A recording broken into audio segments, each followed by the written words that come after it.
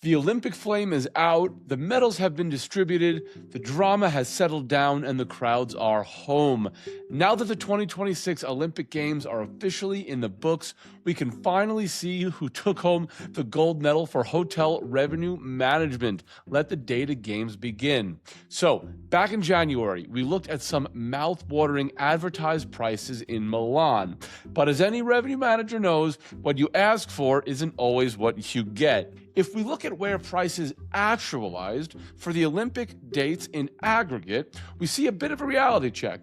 To be clear, though, just a bit of a reality check. We still see massive year-over-year jumps, with 4-star hotels leading the pack at a 91% increase. But each of these star categories saw a decrease from the advertised rates we saw back in January, with the crossed-out numbers on your screen representing where advertised prices were back in January, and the other numbers where actualized prices ended up. Now, let's talk about occupancy. Back in January, we saw occupancy surge in response to a bit of a downward price adjustment. This happened around where you see the dotted line on this slide. Now, that upward occupancy trend held up for a while, but check out what happened right at the finish line.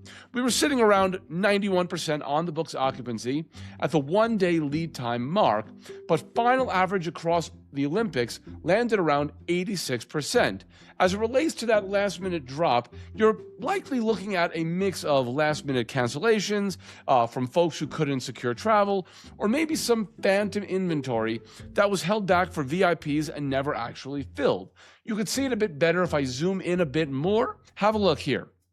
And lastly, one of the big stories here is the contrast between our two host destinations, Milan versus Cortina d'Ampezzo. Looking at the pricing evolution starting from the 150-day lead time mark, it appears to be a bit of a tale of two cities. Average advertised pricing in Milan held remarkably steady before that tactical late-stage pricing drop to drive volume. Cortina, on the other hand, they were on a completely different mountain, figuratively and literally. Their pricing was more of a zigzagging climb that ended, as you can see, quite a bit higher than Milan.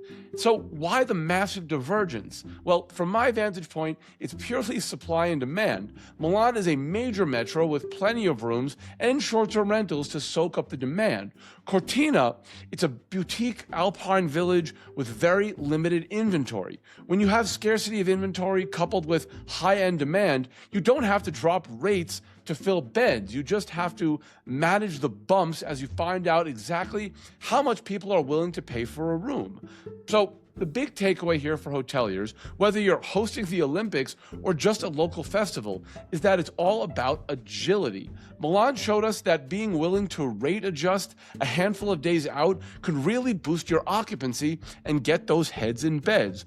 Cortina, on the other hand, showed that if you have scarcity, you can hold firm and drive pricing higher.